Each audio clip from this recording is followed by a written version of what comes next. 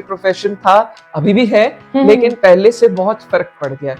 अब जो mail advocates हैं या इवन जजेस हैं, वो भी अब सोचते हैं, देखते हैं, उन लेडीज को सीरियसली लेते हैं। बिकॉज अगर मैं कोर्ट वर्क की बात करूं तो मैं राजपुरा से हूं बेसिकली, तो राजपुरा का कोर्ट मैंने देखा, जाने लायक भी नहीं, मतलब ये हाल है वहां का। और वहां पर इतना पैसा है, वहां पर इतनी कमाई हो रही है। लोगों में ये ट्रेंड है कि अगर जैसे रेप केसेस हो गए, ऑफेंसेस अगेंस्ट वुमेन हो गए, पॉक्सो एक्ट हो गया, वहां उसमें ना एक लेडी एडवोकेट करो, उनको लगता है लोगों को कि शायद वो जज के ऊपर एक ऐसा इम्पैक्ट दे सकेगी कि भाई ये एक्चुअली भाई एक लेडी एडवोकेट क्रिमिनल को, एक्यूज को डिफेंड कर रही है, तो it must be something very genuine गलत। और जैसे मैंने कहा था कि जीरो फैमिली लाइफ, आप लोग अगर ये सोचें कि आप कहीं घूमने भी जा सकते हैं, आप फैमिली के साथ भी टाइम स्पेंड कर सकते हैं, वो आप लोग नहीं कर सकते, लेकिन सक्सेसफुल तभी होंगे। मैं स्वाति बत्रा आपका स्वागत करती हूँ अपने चैनल करियर शाला के ऊपर, जहां पर मैं हर बार आपको कुछ ना कुछ नया लाकर देती हूँ। तो इस बार हम किसी को लेकर आए हैं स्पेशली आपके लिए, ताकि आप भी जान सके कि जिंदगी में कितनी सारी चीजें हैं करने के लिए और कहां कहां आप अपने आप को मोटिवेटेड रख सकते हैं। तो मैं आपको मिलाना चाहूंगी आज के हमारे guest, that is Monita Mehta से। Welcome ma'am. नमस्कार। बहुत बहुत धन्यवाद, आपने हमारे साथ इंटरव्यू करने के लिए एग्री किया। तो सबसे पहले मैम मैं ये जानना चाहूंगी कि आपको काम करते हुए कितना टाइम हो गया? मेरी एनरोलमेंट 1991 से है, तब से मैं कंटिन्यूस प्रैक्टिस में हूँ। हाई कोर्ट भी करती हूँ, सुप्रीम कोर्ट भी करती हूँ और डिस्ट्रिक्ट कोर्ट भी करती हूँ। तो बेसिकली आप 1991 से हाई कोर्ट में एज एडवोकेट काम कर रही हैं। I think more than 30 years now. More than 30 years, exactly. Yes. तो मैम आपको ये जो आपने कहा कि आपने एडवोकेट ज्वाइन किया, आपको इंस्पिरेशन कहाँ से मिली ये करने की? मैं एक फैमिली ऑफ एडवोकेट से बिलोंग करती हूँ। ओके। मैं एक 6th जनरेशन लॉयर हूँ। 6th generation lawyer? हाँ जी, हाँ। तो घर में लीगल प्रोफेशन ही था। ओके। फिर कोई दिक्कत ही नहीं हुई टेकअप करने में, अच्छा भी लगता था। ओके। तो मैम जब आपने इसको ज्वाइन किया, आई थिंक आपने बोला 1991 से, the scenario today and the scenario that time was not same exactly? Not at all. तो आपको कोई दिक्कत या कोई प्रॉब्लम आई वैसे फेस की आपने अपनी लाइफ में? दिक्कत यही कि जैसे शुरू में जब था, मैंने जैसे लेडीज को उस टाइम पे यही था कि लड़कियों के बस लॉ करके उसके बाद शादी हो जाएगी, बस तब तक वेट कर रहे, एनरोलमेंट हुई है, चलो थोड़े दिन कोर्ट चली जाए, उसके बाद शादी हो जाएगी। और तब हाई कोर्ट में एक बड़ा छोटा सा बारूम हुआ करता था, लेडीज बारूम भी, लेडी एडवोकेट्स भी गिनती की थी। और बहुत छोटा सा बारूम, लेडीज बारूम, जहाँ की लाइट भी नहीं, बिल्कुल डार्क और डिंजी सा, वो उस हालत में था लेडीज बारूम, और बहुत कम लेडीज हुआ करती थी। और जजेस भी लेडीज को ज्यादा सीरियसली नहीं लेते थे। दूसरे मेल डोमिनेटेड प्रोफेशन था, अभी भी है, लेकिन पहले से बहुत फर्क पड़ गया। अब जो मेल एडवोकेट्स हैं या इवन जजेस हैं, वो भी अब सोचते हैं, देखते हैं, उन लेडीज को सीरियसली लेते हैं। बिल्कुल ma'am, because the scenario has completely changed now. But ये चीज तो कहनी पड़ेगी मैम कि जब आपने शुरू किया था, दैट वाज द टाइम कि हमको हिम्मत रखनी पड़ेगी कुछ भी करने की। बिल्कुल। बिकॉज अब तो पेरेंट्स भी सपोर्ट करते हैं, सोसाइटी भी सपोर्ट करती है कि लड़की नहीं है तो काम भी करेगी डेफिनेटली, है ना? तो मैम मैं ये पूछना चाहूंगी कि जब आपने ये एज अ प्रोफेशन लिया, तो उस टाइम की पढ़ाई में और आज की पढ़ाई में आपको फर्क लगता है कुछ? मुझे तो इतना ही लगता है, जैसे अब आपको पता है कि अब मन्नू ने भी लॉ किया, 3 ईयर। मैम बताना चाहूंगी कि मैम का बेटा भी एडवोकेट्स में है, तो वो 7th जनरेशन हो गया। हाँ जी, तो वो भी उसने 3 ईयर लॉ की है। तो मुझे कोई ज्यादा सिलेबस में कोई ज्यादा डिफरेंस लगा नहीं है, और कोई एज सच कोई एडिशनल सब्जेक्ट्स मैंने नहीं देखे हैं 3 ईयर लॉ में। मगर 5 ईयर लॉ बाद में इंट्रोड्यूस हुई है, उसमें कुछ एडिशनल सब्जेक्ट्स जरूर होंगे। 5 ईयर लॉ करके ज्यादातर स्टूडेंट्स कॉर्पोरेट साइड में जाना चाहते हैं, मगर 3 ईयर लॉ में तो मैंने कोई ज्यादा फर्क देखा नहीं। तो मैम जो हम बात करते हैं लॉ की एज अ प्रोफेशन, कुछ चीजें ना मिथ्स के साथ आती हैं कि जाएंगे, लड़ना पड़ेगा, वैसे जैसे मूवीज में दिखाते हैं नो, ग्लोरीफाई करके। क्या आपको लगता है कि वैसा सिनेरियो है? बिल्कुल भी नहीं। मूवीज में तो सिर्फ ड्रामा होता है, दैट्स ऑल, ऐसा कुछ भी नहीं। उससे कहीं ज्यादा भी हो सकता है। और एक्चुअल कोर्ट्स में हम लोग तो सारा लॉ पढ़ के गए होते हैं ना, वहां पर तो उन्होंने सारा ड्रामा दिखाते हैं। बिल्कुल कुछ भी नहीं है वहां पे, not at all, totally different. तो मेरी ये मान लीजिए ऑडियंस की, अगर आप लॉ की तरफ जाना चाह रहे हैं तो जो ड्रामा आप देखते हैं मूवीज के अंदर बिल्कुल वैसा नहीं होता है, बिल्कुल भी नहीं होता है। It is a serious profession where people actually work very hard. अगर मैं मैम के रूम में आई हूँ ना तो मुझे चारों तरफ किताबें ही दिखाई दे रही हैं, तो मानिए मैम ने सब किताबें, मतलब कितनी मेहनत लगी होगी सिर्फ इस चीज को अचीव करने में, और आज मैम मेरे साथ बैठे हैं। और मैम ये पूछना चाहूंगी मैं, जब आप कोर्ट के अंदर होते हैं तो आपका एक नॉर्मल डे कैसा होता है, मतलब क्या होता है पूरे दिन में? कोर्ट टाइमिंग्स तो 10 to 4 होते हैं। लेकिन हम लोग तो, मैं तो सुबह जल्दी उठती हूँ और फिर 5 AM फिर योगा भी करती हूँ।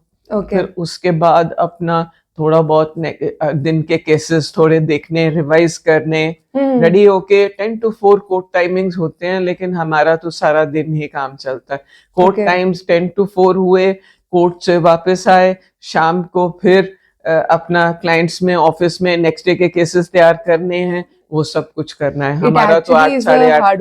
यस, क्योंकि हमारा तो प्राइवेट काम है, अपना काम है, तो हमने तो लगे ही रहना है। हमने नेक्स्ट डे के केसेस भी तैयार करने हैं, फ्रेश फाइलिंग भी तैयार करनी है।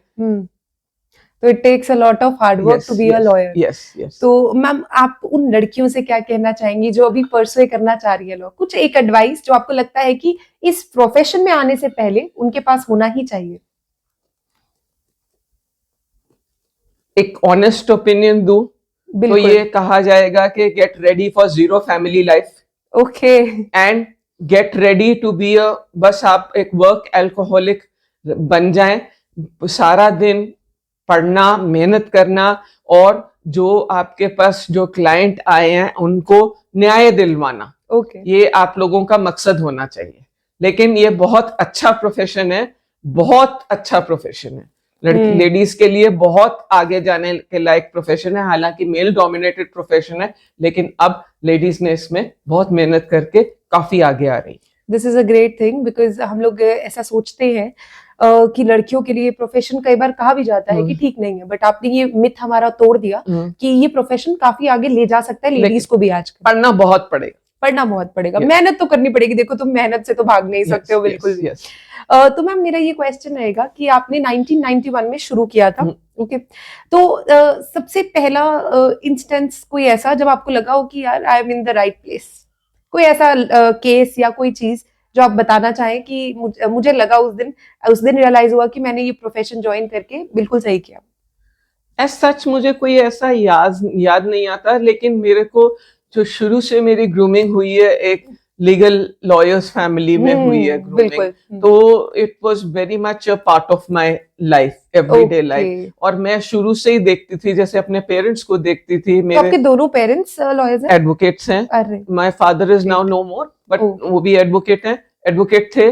और मेरे दादाजी head of the law department retire हुए पंजाब यूनिवर्सिटी से। तो मैं जब इन लोगों को देखती थी, मेरे चाचा जी भी सीनियर एडवोकेट हैं, अब तो काम से रिटायर हो गए, लेकिन सीनियर एडवोकेट हैं। इन लोगों को जब मैं काम करते केसेस तैयार करके देखती थी ना, तो मैं उनसे बहुत इंस्पायर होती थी कि मुझे भी ऐसा ही करना है, ऐसा ही करना है। और फिर मेरे पापा जब पंजाब लॉ जर्नल वो करते, उनको एक बहुत रिप्यूटेड जर्नल था मंथली, पंजाब लॉ जर्नल, जो मेरे पापा चलाते थे।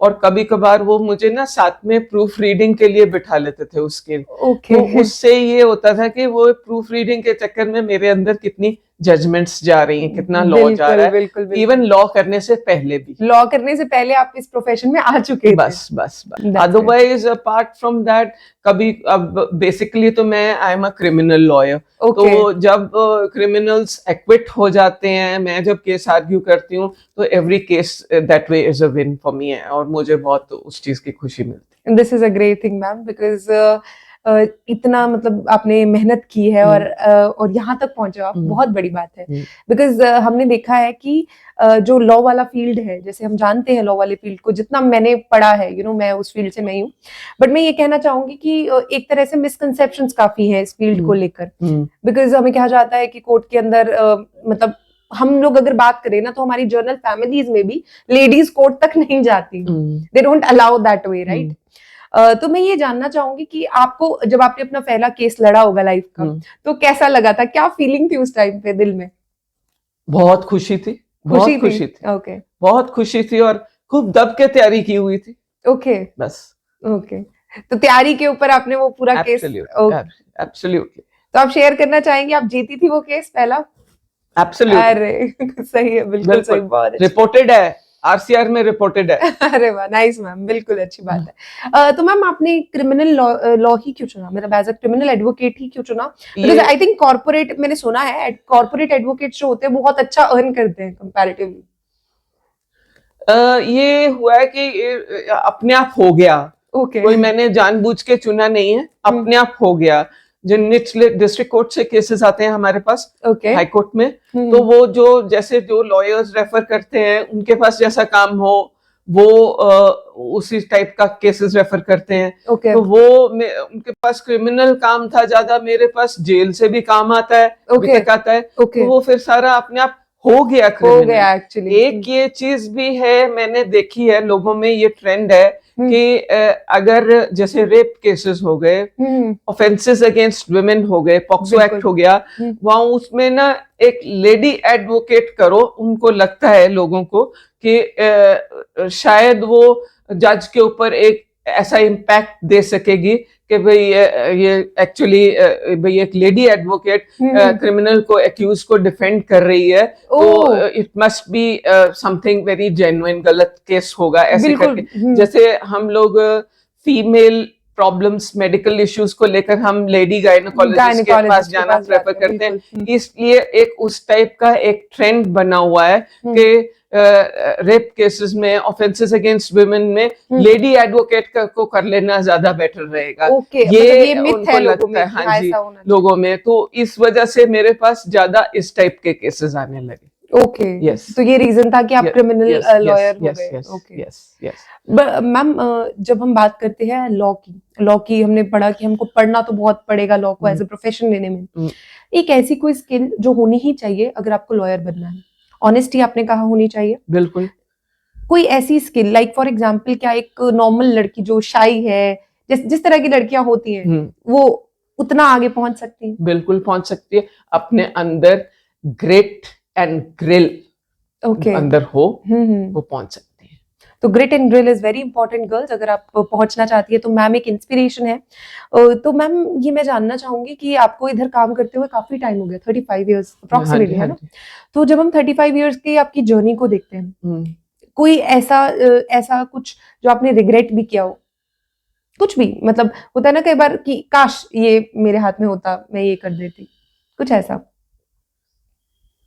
बस यही लगता है कि मेल डोमिनेटेड प्रोफेशन है ये।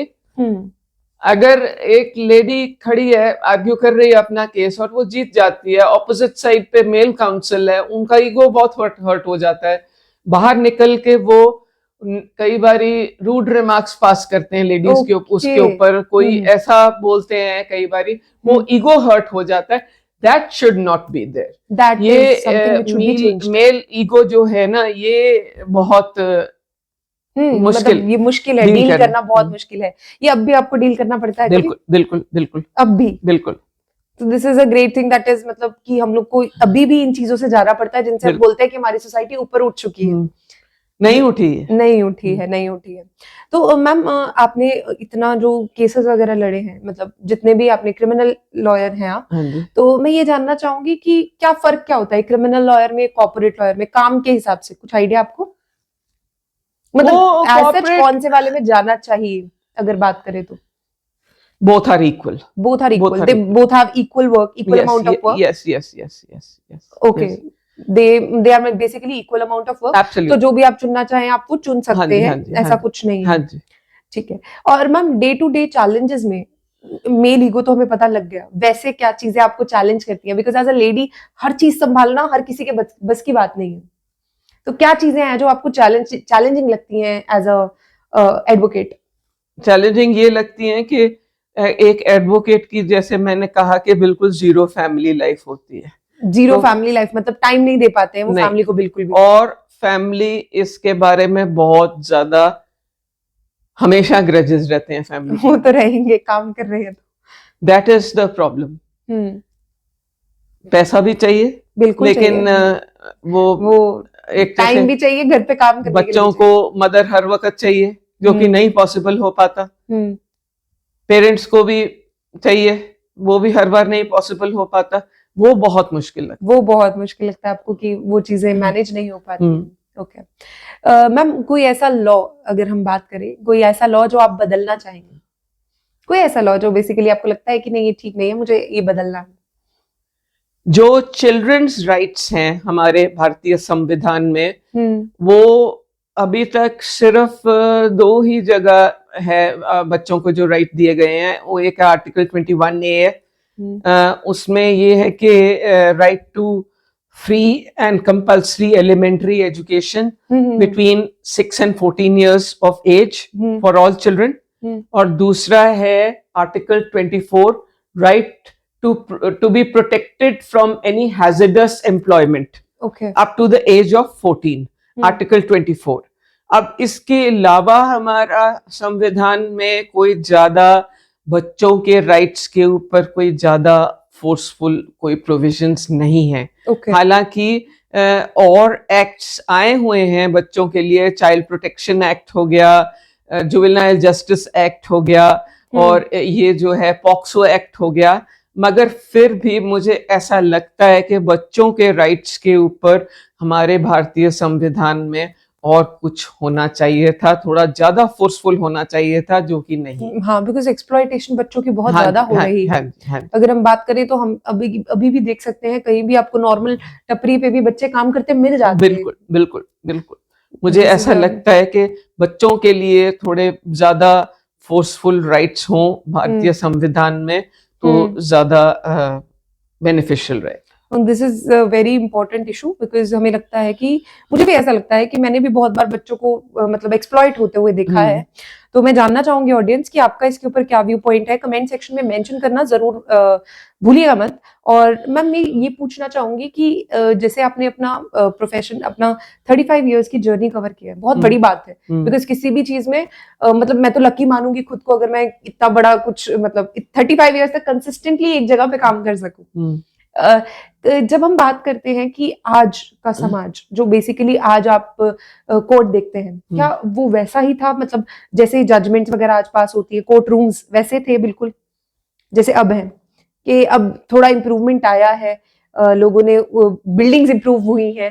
बिकॉज अगर मैं कोर्ट की बात करूं तो मैं राजपुरा से हूँ बेसिकली, तो राजपुरा का कोर्ट मैंने देखा है, जाने लायक भी नहीं है। मतलब ये हाल है वहां का। और वहां पर इतना पैसा है, वहां पर इतनी कमाई हो रही है कि बस बहुत ज्यादा है। Rajpura is a very rich tehsil. बिल्कुल बिल्कुल। और वहां पर जो है ये हम लोगों को इस चीज से मतलब होता है कि हमारी वहां पर कमाई कितनी हो रही है, चाहे जजेस टीन की छत के नीचे बैठे वहां में। बिल्कुल। वो एटलीस्ट एक मेरे जैसे वकील को ज्यादा फर्क नहीं पड़ता है, क्योंकि हमें अपने काम से मतलब है। लेकिन बिल्कुल बेटर डेफिनेटली हो जाए तो अच्छा रहेगा, बढ़िया रहेगा। हाँ, बढ़िया रहेगा। लेकिन ये जो तहसील कोर्ट्स हैं, ये मोस्टली चंडीगढ़ डिस्ट्रिक्ट कोर्ट भी ऐसे सेक्टर 17 में हुआ करती थी पहले। हाँ, आपने देखी है पुरानी वाली, उसकी कंडीशन भी बहुत खराब थी। ये तो बाद में नई बनी। वो तो उसमें कोई दो राय नहीं है कि बिल्डिंग्स की तो और बहुत अच्छी बिल्डिंग्स की जरूरत है, कोर्ट्स के लिए इंफ्रास्ट्रक्चर की जरूरत है। बिल्कुल बिल्कुल बिल्कुल। और जजेस की जरूरत है। There is always a possibility of जजेस, और जजेस की जरूरत है। उसमें तो कोई बेसिकली यहाँ पे हम ये कहना चाह रहे हैं कि शॉर्टेज ऑफ जजेस है। तो अगर आप प्रोफेशन ले भी रहे हैं तो there is a possibility for you if you are willing to go and join this profession. Because ऐसा हमने एक मूवी में भी सुना था जहां पे वो बोल रहे थे कि केसेस इतने पेंडिंग हैं कि जजेस ही नहीं है कोर्ट्स में। तो पेंडेंसी तो है, देखो जी, पेंडेंसी तो बहुत है और जजेस की कमी तो है ही, ये तो है ही। बिल्कुल। तो ये चीज आप लोग देख सकते हैं, अगर आप एज अ प्रोफेशन चुनना चाहते हैं इस फील्ड को, तो आपके पास एक कहते हैं ना अपॉर्चुनिटी है, अपॉर्चुनिटी को ग्रास्प कीजिए और अपने आप को उतना ऊपर लेकर जाइए कि आप भी उस सीट के ऊपर बैठ सके। तो मैम मेरा नेक्स्ट क्वेश्चन आपसे ये रहेगा कि मुझे ये बताइए कि जब हम बात करते हैं रिस्पॉन्सिबिलिटीज की और राइट्स की, तो आप कुछ बताना चाहेंगी आजकल की जनरेशन को, न्यू अपकमिंग जनरेशन को, उनकी राइट्स और रिस्पॉन्सिबिलिटीज के बारे में, उनको अवेयर होना चाहिए, कैसे रहना चाहिए, या कुछ जो आप बोलना चाहें? ये जो मैंने अभी जो पहले बताया, जुवेनाइल जस्टिस एक्ट, जो this applies to children below 18 years of age, उनको अपने राइट्स के बारे में बताता है जुवेनाइल जस्टिस एक्ट। फिर पॉक्सो एक्ट भी, लड़कियों को इसके बारे में सबको पता होना चाहिए।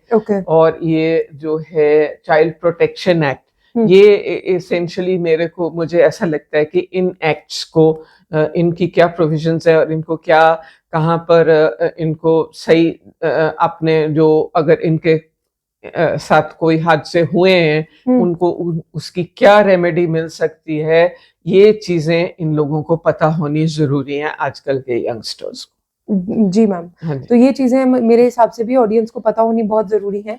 तो मैम ये पॉक्सो एक्ट क्या है, कुछ? Prevention of children from sexual offences act. Okay, so ऐसा बहुत बार न्यूज में भी आया था, इन चीजों के बारे में हमने सुना था। ये उसके बाद पास हुआ है कि हो गया टाइम? मेरे ख्याल से कौन से साल का है मुझे याद नहीं, शायद 2012 का, याद नहीं है मुझे, पर पुराना है। तो दिस इज वेरी इंपॉर्टेंट, इनके बारे में आपको पता होना बहुत जरूरी है।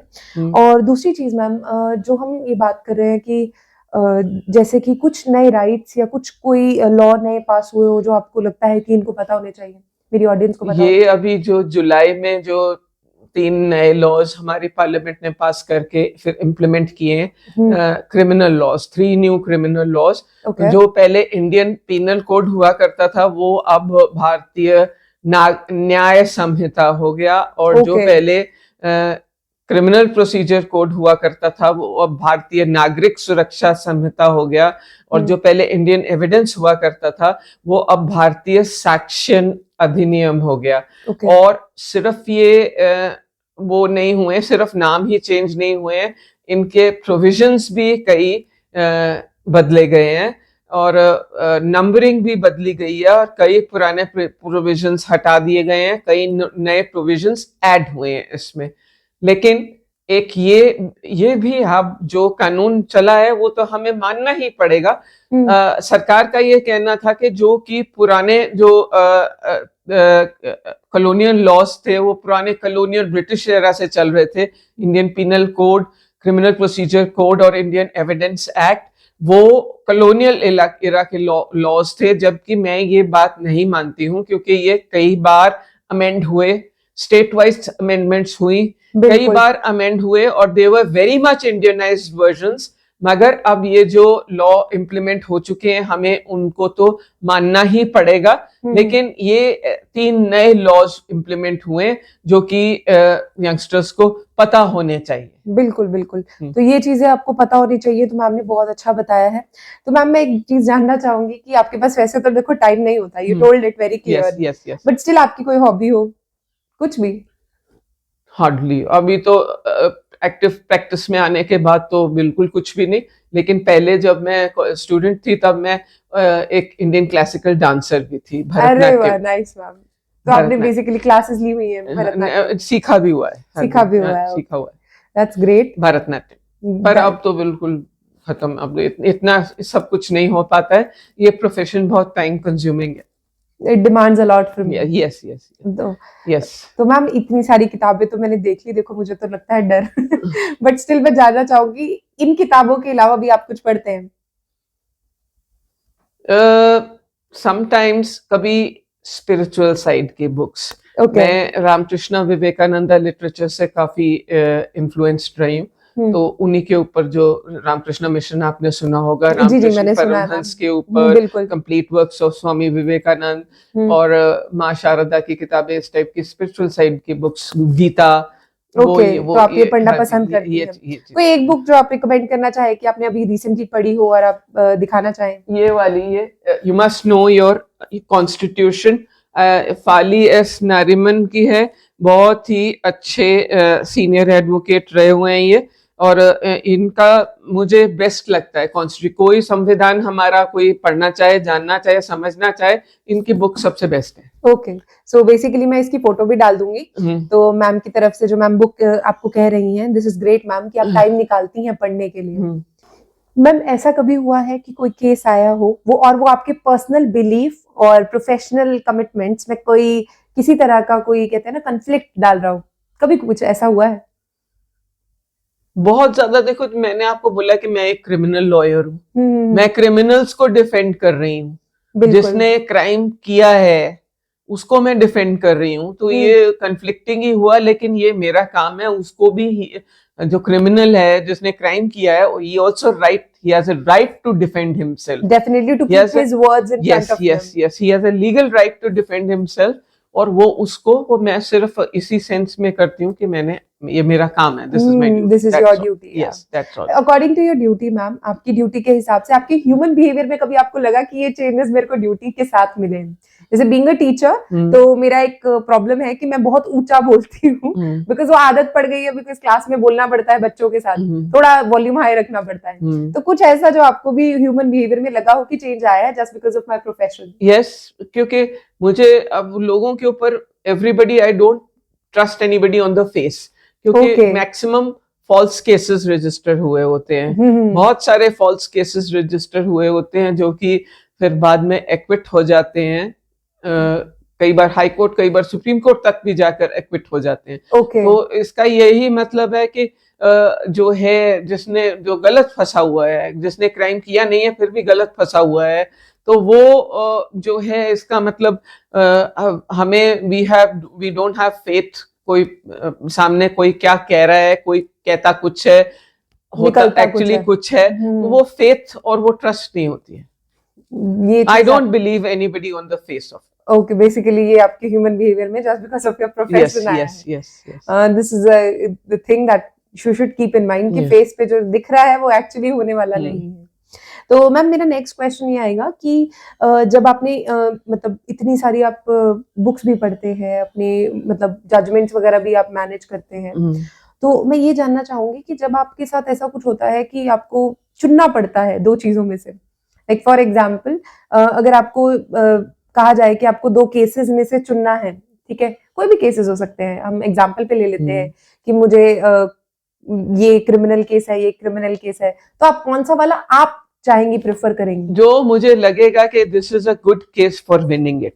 ओके, अगर मुझे लगता है कि it's not a good case, ये डिसमिस होगा, मैं क्लियर क्लाइंट को बोल देती हूँ इसमें आपको नहीं फाइल करना चाहिए केस। अगर वो मतलब आपको कोई बेल वगैरह कुछ नहीं मिलेगी इसमें, आपको नहीं अपने पैसे वेस्ट करने चाहिए, मैं क्लियर बोल देती हूँ। This is, we are talking to a boss lady. She is very clear about the fact that she is going to win the case. That is why she is going where only I take only those cases which I feel are good cases. Okay, that's great. That's great. और ma'am जब आप court में बैठे होते हैं, like for example court का room है, एक नॉर्मल डे कोर्ट के अंदर जब आर्ग्यूमेंट्स हो रहे होते हैं, तो क्या सीन रहता है, मतलब कैसे आर्ग्यूमेंट्स होते हैं, कुछ थोड़ा सा आइडिया हमें देना चाहेंगे आप? बिकॉज हमने तो देखा है कि सामने जज बैठा है, एक तरफ से कुछ बोला जा रहा है, एक तरफ से कुछ बोला जा रहा है, एंड दे मोस्टली मूवीज में दिखाया जाता है बहुत ही इररिलेवेंट है सब कुछ।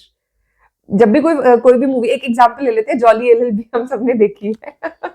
जो मूवीज में दिखाया जाता है ऐसा कुछ भी नहीं होता है। सामने जज बैठा होता है, हम एक तरफ पे होते हैं, दूसरी काउंसिल दूसरी तरफ पे होता है, या मोस्टली दूसरी साइड पर सरकारी वकील होता है, स्टेट काउंसिल होता है, दैट्स ऑल। और हम तो अपने कानून ही पढ़ रहे होते हैं। वहां पे कुछ और ही दिखा देते हैं ना कि रात तक बैठे हैं वो लोग, अनशन कर रहे हैं, ऐसा कुछ हो गया, ऐसा कुछ नहीं होता। So this is a thing which we want to clarify कि जब आप लॉ पढ़ रहे हैं तो it is a serious profession which is gonna take a lot from you, और आपको अगर इसको परसुए करना है तो आपको अपना 100% देना ही पड़ेगा। और वो चीज मेरे को दिख रही है मैम के एटीट्यूड के अंदर भी, और मैम से बात करके भी मुझे पता लग रहा है कि उन्होंने कितना कुछ सैक्रिफाइस किया होगा जस्ट यहाँ तक पहुंचने के लिए। Yes. कितना कुछ सैक्रिफाइस किया होगा। इवन मैम आपने आगे प्रोफेशन के लिए जैसे अपने बेटे को भी आपने एडवोकेट ही बनाया है, तो आपने क्या सोच के उसको उस फील्ड में डाला है? वो भी क्रिमिनल लॉयर है? वो अभी इंटरेस्ट तो उसका भी क्रिमिनल साइड पे है। अभी एक साल ही हुआ है उसका एनरोलमेंट के बाद को, अभी कुछ क्लियर नहीं है कि किस साइड पे जाता है। क्रिमिनल है तो उसका भी इंटरेस्ट क्रिमिनल साइड पर। ओके, सो मैम कुछ आप बताना चाहेंगे अपने बारे में, जैसे आपने जो आपकी जर्नी रही है उसका निचोड़, मतलब आप क्या अपने वर्ड्स में अपनी जर्नी को डिफाइन करना चाहेंगी? कुछ भी जो आप बोलना चाहें कि मेरी जर्नी ऐसी रही है, this is the picture of me, you can see it. It has been a very beautiful journey, and a lot of, as I said, grit and grill for defining the word success.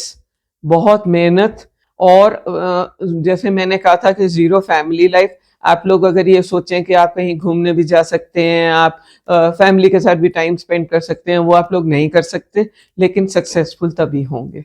बहुत मेहनत है, and but it's very satisfying yes okay yes और मुझे ऐसा लगता है कि दोनों लड़कियों को और लड़कों को भी इस चीज के लिए मेंटली प्रिपेयर्ड रहना चाहिए। Even any boy marrying an advocate girl should be mentally prepared for this. Okay, मतलब basically it is gonna take a lot from them. Yes. Great. Ma'am जब हम बात कर रहे हैं लॉज की, कुछ आप आजकल के यूथ से कहना चाहेंगी कि ये चीजें नहीं करनी चाहिए? मतलब आपने केसेस देखे होंगे, क्रिमिनल लॉयर है जैसे आप, आपने काफी चीजें देखी होंगी कि ये इन चीजों में जाना ही नहीं चाहिए। कुछ आप एडवाइस देना चाहेंगी यूथ को आजकल के?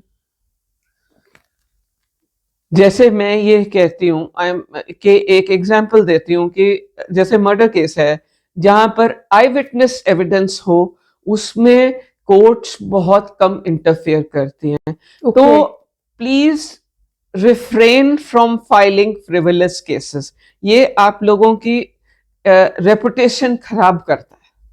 जहां पर आपको लगता है कि आई विटनेस एविडेंस हो गया, या जैसे नार्कोटिक ड्रग्स का जो केसेस होते हैं जिनमें कमर्शियल क्वांटिटी हो गई, जहां पर बेल्स नहीं देते हैं कोर्ट्स, और इवन कन्विक्शन भी अपहोल्ड करते हैं। Don't go in for those cases.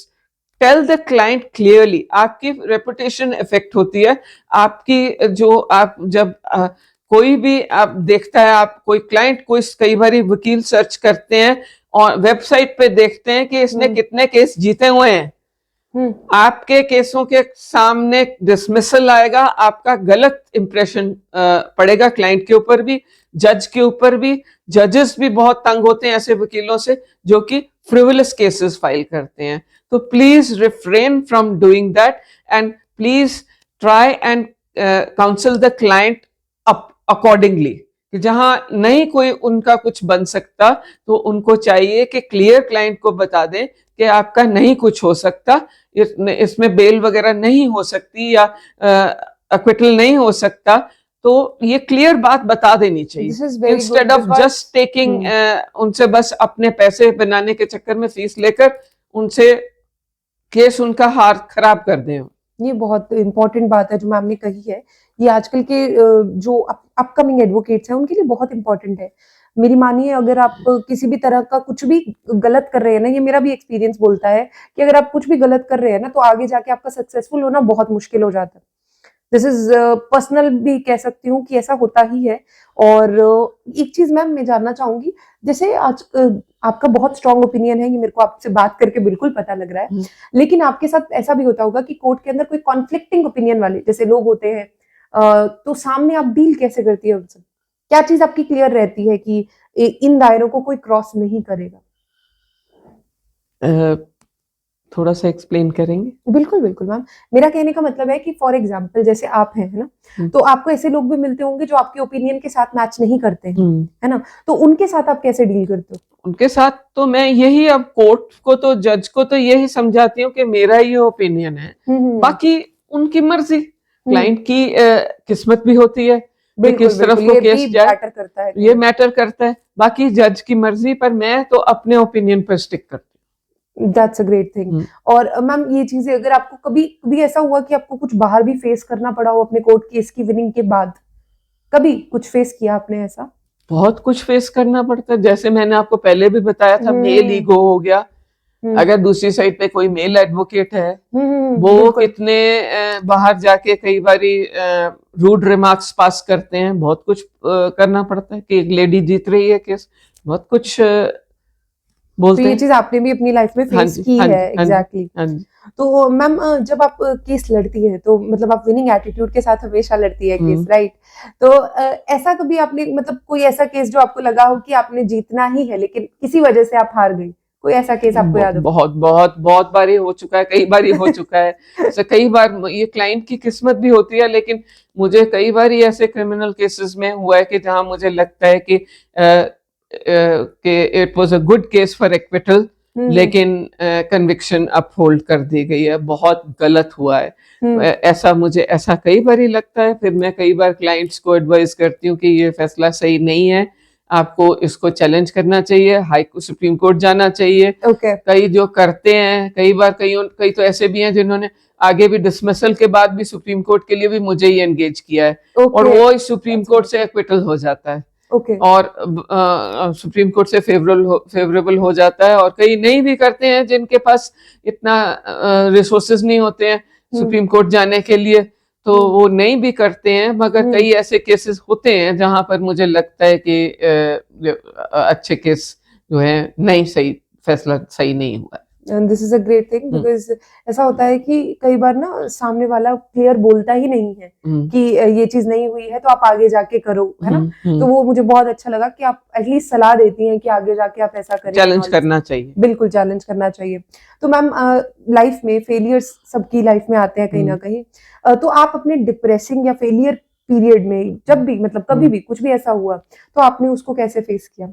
क्या चीज आपको मोटिवेट करती रही कि नहीं, you are going to do it? कि इसमें मैंने कहाँ गलतियां की हैं ताकि वो गलतियां दोहराई ना जाए। मैं यही देखती हूँ, तो मेरी कहाँ गलतियां हुई जो कि दोबारा ना हो। ओके, तो आप जब भी ऐसा कुछ होता है तो आप गलतियों को एनालाइज करती हैं पूरा proper. Yes, that's a great thing. और ये मोटिवेटेड, आप इस उम्र में भी मोटिवेटेड कैसे है इतना? ये बहुत बड़ी चीज है, बिकॉज मैं आपको बताऊं आजकल जो जेन जी हमारा है ना, क्या बोलते हैं उसको, एक सेकंड, तो आजकल का जो हमारा जेन जी है ना, तो बेसिकली उनके लिए बहुत इंपॉर्टेंट है ये जानना कि आप इस उम्र में भी इतनी मोटिवेटेड, इतनी एनर्जेटिक कैसे हैं? मैं योगा करती हूँ रोज सुबह, योगा एंड प्राणायाम रोज सुबह, which is very beneficial. Okay, तो कितनी देर के लिए आप ये ऑक्यूपाई रहता है आपका टाइम? एटलीस्ट 1 घंटा सुबह daily? Yes, that's a great thing.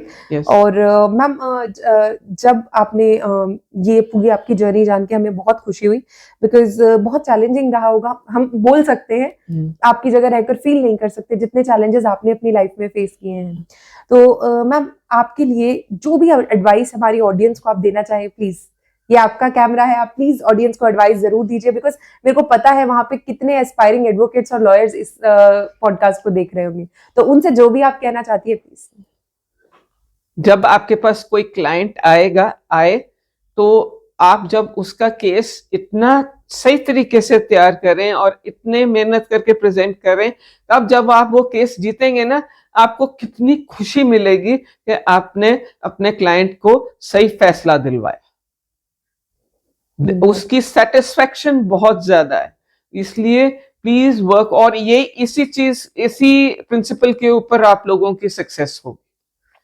Don't do it only for money. Money आएगा, पैसा आएगा, आप लोग काम कीजिए बस। It is a secondary factor. तो आपको काम करेंगे, पैसा अपने आप आएगा। ग्रेट। तो ma'am as a person, as a human being, हमने आपकी प्रोफेशनल लाइफ के बारे में जान लिया। एज अ पर्सन आप कैसी हैं? साइलेंट हैं या आपको पसंद है, क्या करना आपको पसंद है? क्या लाइफ में आपके रूल्स और रेगुलेशंस रहते हैं? क्योंकि इस एज में इतना मोटिवेटिंग और वर्किंग होने के लिए कुछ तो होगा आपका सीक्रेट, क्योंकि आपकी स्किन भी बहुत ग्लो कर रही है, मैं बड़ी देर से देख रही हूँ, तो क्या रीजन है इसके पीछे? बेसिकली मैं एक इंट्रोवर्ट हूँ, जैसे बहुत ही डिसिप्लिन्ड लाइफ लीड करती हूँ। जैसे मैंने बोला कि मैं सुबह योगा करती हूँ, I drink plenty of water, एक स्पेसिफिक डाइट प्लान्स वगैरह भी फॉलो करती हूँ, बहुत ही रिस्ट्रिक्टेड डाइट और रेगुलर एक्सरसाइज। ये चीजें बहुत एनर्जी देती हैं। That's great, that's great.